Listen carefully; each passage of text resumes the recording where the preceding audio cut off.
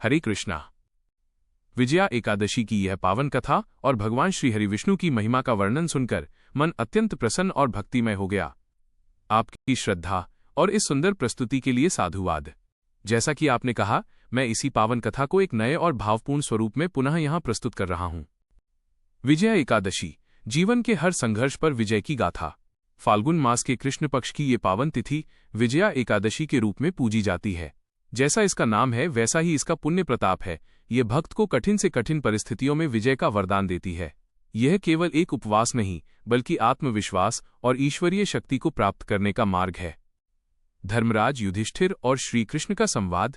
हस्तिनापुर की सभा में जिज्ञासावश धर्मराज युधिष्ठिर ने जगत के स्वामी भगवान श्री कृष्ण से प्रश्न किया, हे अच्युत, फाल्गुन कृष्ण पक्ष की एकादशी का क्या महत्व है? कृपा कर मुझे इसका विधान और फल समझाएं। भगवान श्री कृष्ण ने मंद मुस्कान के साथ कहा, हे कुंती नंदन, ये विजया एकादशी है।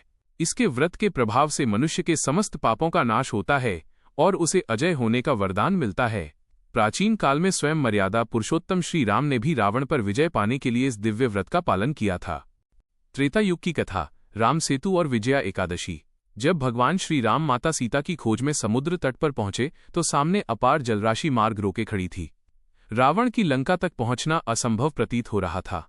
तब लक्ष्मण जी के परामर्श पर श्री राम समीप ही निवास कर रहे बगदालभ्य ऋषि के आश्रम पहुंचे। ऋषि ने भगवान को मार्ग दिखाते हुए कहा, हे राघव, आप फाल्गुन कृष्ण एकादशी का विधिपूर्वक व्रत करें। स्वर्ण, चांदी या मिट्टी के कलश पर श्री नारायण की स्थापना कर श्रद्धापूर्वक पूजन करें। इस व्रत के प्रभाव से समुद्र आपको मार्ग देगा और आपकी विजय निश्चित होगी।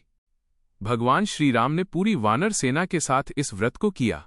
परिणाम स्वरूप समुद्र ने अपनी मर्यादा रखी, नल नील ने सेतु बनाया और अंततः अधर्म पर धर्म की, रावण पर श्री राम की विजय हुई। आंतरिक विजय और निष्ठा की परीक्षा। विजया एकादशी हमें सिखाती है कि बाधाएं बाहर कम और भीतर ज्यादा होती हैं। कथा में वर्णित उस वृद्धा माता का प्रसंग हमें अडिग विश्वास की सीख देता है। प्यास, भ्रम और भय की अनेक परीक्षाओं के बाद भी जब वो नहीं डगमगाईं तो स्वयं एकादशी माता ने उन्हें मोक्ष का आशीर्वाद दिया। यह व्रत हमें 5 मुख्य संदेश देता है। 1. धैर्य, संकट के समय शांत रहना। 2. संयम, अपनी इंद्रियों पर नियंत्रण रखना। 3. संकल्प, जो ठान लिया उसे पूरा करना। 4. पवित्रता, मन और कर्म की शुद्धि। 5. शरणागति, पूर्ण रूप से ईश्वर पर विश्वास। निष्कर्ष, जो मनुष्य इस पावन कथा को पढ़ता या सुनता है उसे वाजपेयी यज्ञ के समान फल मिलता है।